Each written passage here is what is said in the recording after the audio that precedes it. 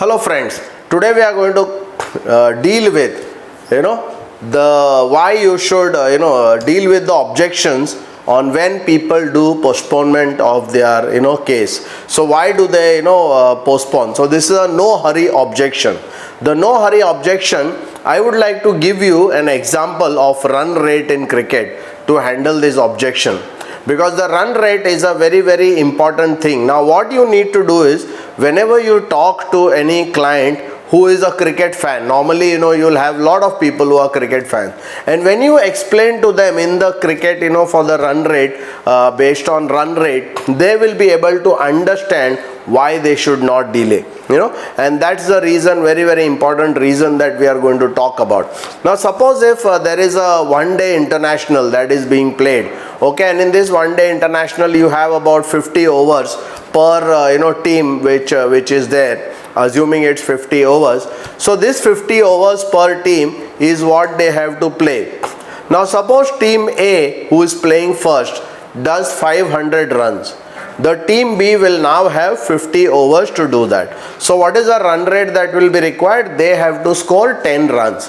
They can score either 2 runs per ball, or they can take 2 fours and 1-1, or they can do 1-6 and 1-4, whatever. But many permutation combination they will be able to do. So 10 per this is a very comfortable kind of run rate.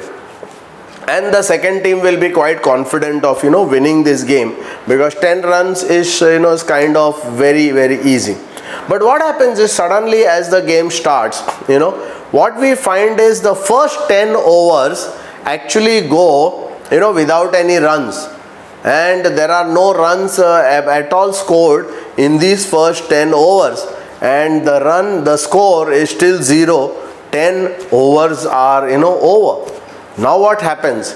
Suddenly the run rate will now become 13, because only 40 overs are left. So they need to do 13 overs, 13 runs per over, and they will be little kind of insecure.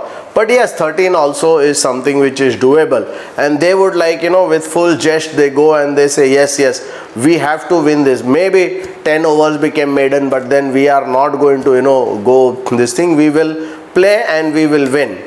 And then what happens is, unfortunately, the next 10 overs also go maiden. There is no basically run, no run is scored, and after 20 overs also the team does not have any run.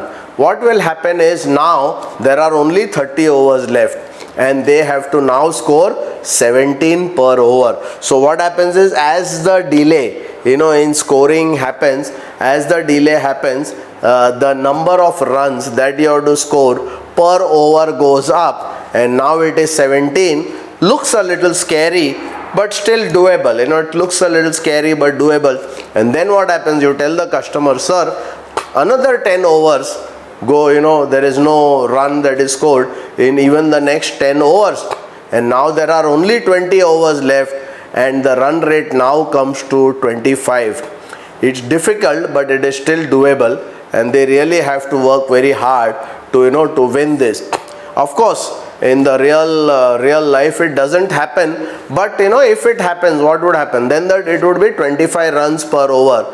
And finally, just imagine, for the sake of imagining, I tell my client that suppose if you are not able to, if that team, the second team, is not able to score any any runs in the first 40 overs, then what will happen? Obviously the run rate required will now be 50, and it is just impossible, because even if you score 6 sixes, sixers in each ball, still you will be able to do only 36 runs in an over. So now it becomes impossible.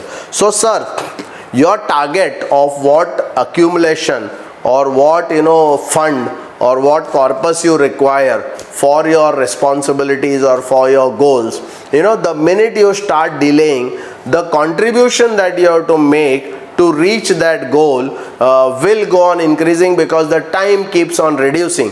Just as the time keeps on reducing, the quantum of investment which need to be made per year goes up, and a certain point in time comes where with the existing instruments you will just not be able to reach your goal. You will require 35 to 40% returns or 20% returns, which is just impossible in the current scenario. So my dear friends, please tell your customers, explain this. They will be able to understand the reason why you are asking them not to postpone or not to delay. So this is a very good example for people who are delaying, and to get them down to sign on the dotted line so that we are able to close the case and avoid this postponement in their own interest. Thank you.